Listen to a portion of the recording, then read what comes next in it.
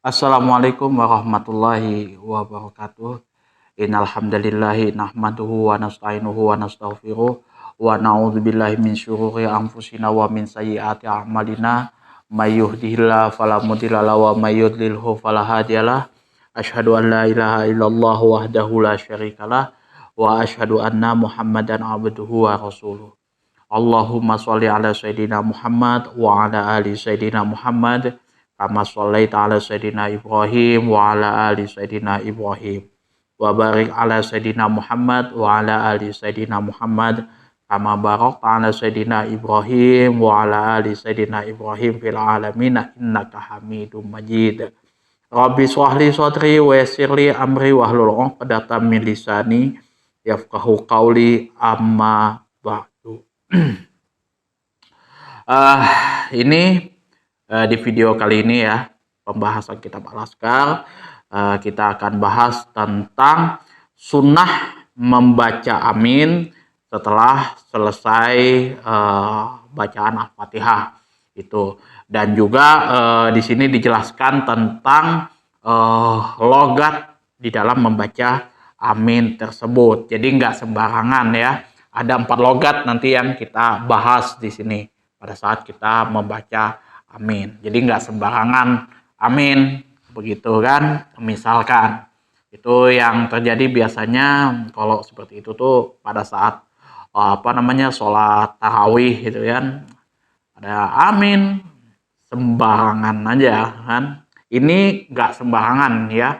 Jadi ada logatnya itu. Ada 4 logat di sini yang dibahas oleh Al-Imam Nawawi di dalam kitab Al-Azkar.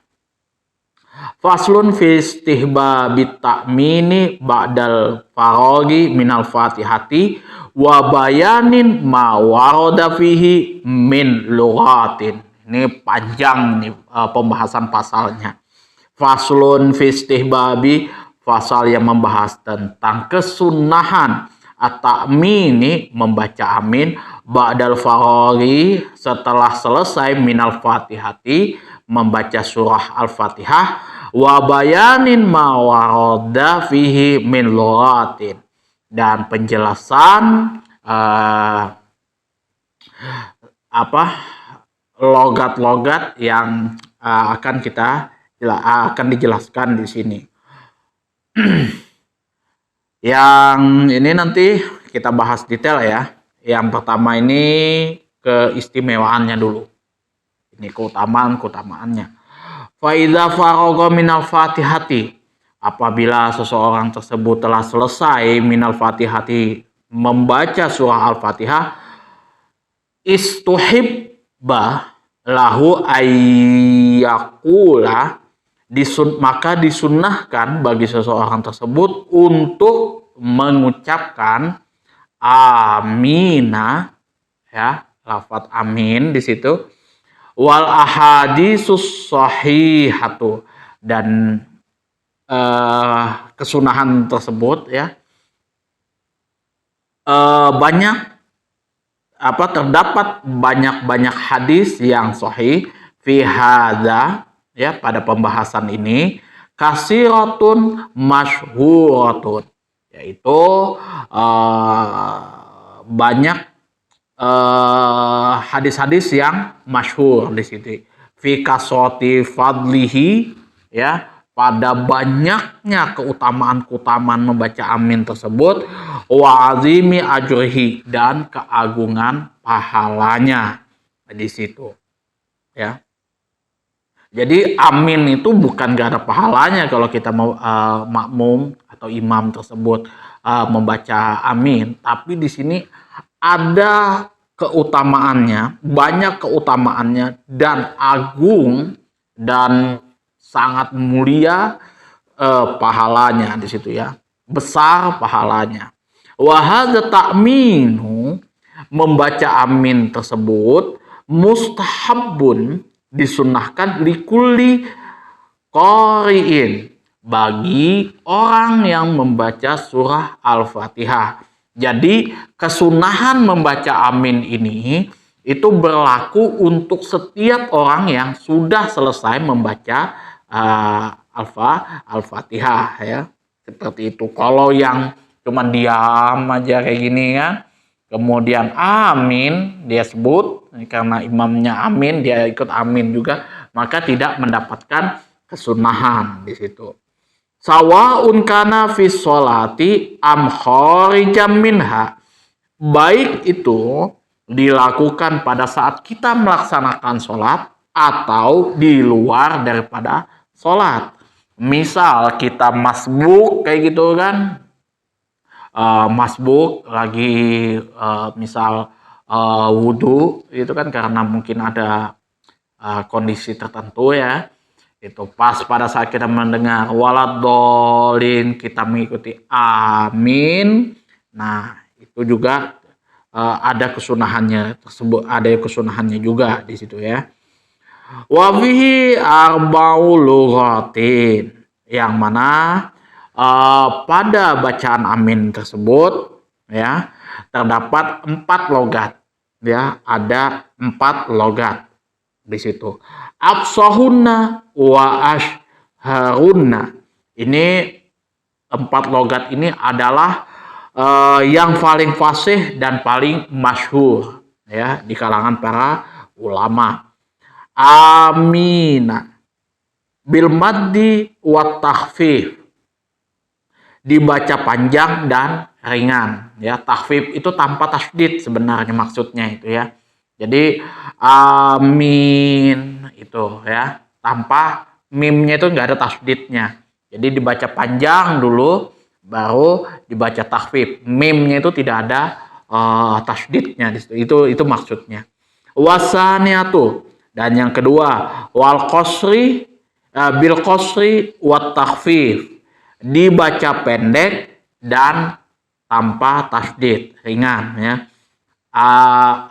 Amin seperti itu ya. A-nya itu, alifnya itu, yang alifnya ini dibaca pendek ya, qasri. Wa takhfif, mimnya tersebut tidak ada tasydidnya gitu. Amin gitu ya. Wasalisatu bil imalah, yang ketiga dengan imalah. Ini pembahasannya ada sendiri ya. Ini di dalam kitab di dalam Tahdzibul Asma wal Lughat, itu nanti dibahas detail lagi masalah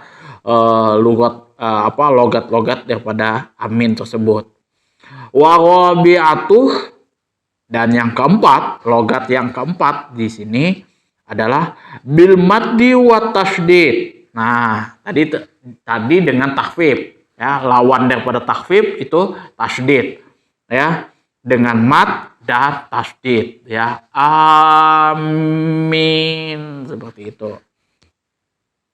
Wal ulayani masyhurotani, dan pendapat yang pertama tadi, yang awal-awal tadi maksudnya, pendapat yang pertama, kedua tadi itu maksudnya ya, dengan mat dan tasydid atau dengan qasri wa takhfif ya, bil maddi wa takhfif, panjang dan ringan tanpa tasydid, atau pendek dengan tanpa tasydid itu dan tanpa tasydid itu adalah masyhurotani. Itu pendapat yang masyhur, dua pendapat yang sangat masyhur. Itu dua logat yang sangat masyhur. Wasalisatu, dan logat yang ketiga itu warabi'atu, dan keempat hakahuma, yang mana di sini diungkapkan oleh Al-Wahidi, oleh Imam Al-Wahidi fil awwali.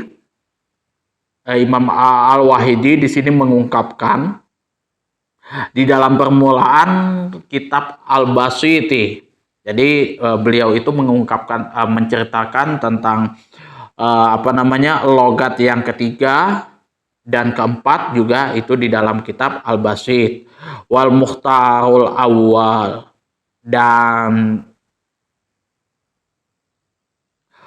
yang logat yang terpilih di sini itu adalah logat yang pertama, itu bil maddi wa takhfif, itu ya, dengan mad dan takhfif dan ringan ya, tanpa tasydid. Itu yang terpilih oleh Al-Imamun Nawawi. Wa yastahabbu ta'min.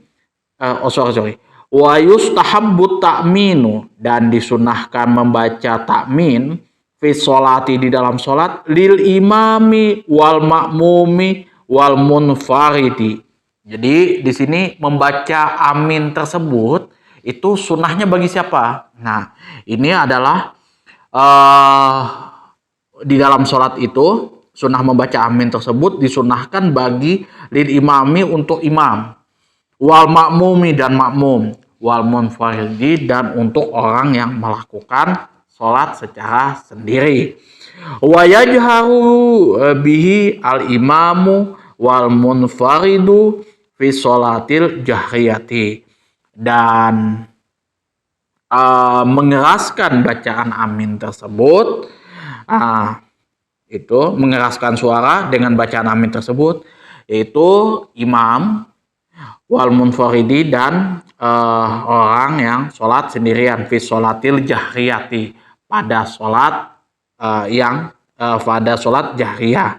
Wasohihu, dan menurut pendapat yang sahih, anal ma'muma aidon, bahwasanya makmum juga ya jaharu bihi, disunahkan juga mengeraskan suaranya ketika membaca amin, sawaun kanal jam'u qalilan au qasiran, baik itu sholat berjamaahnya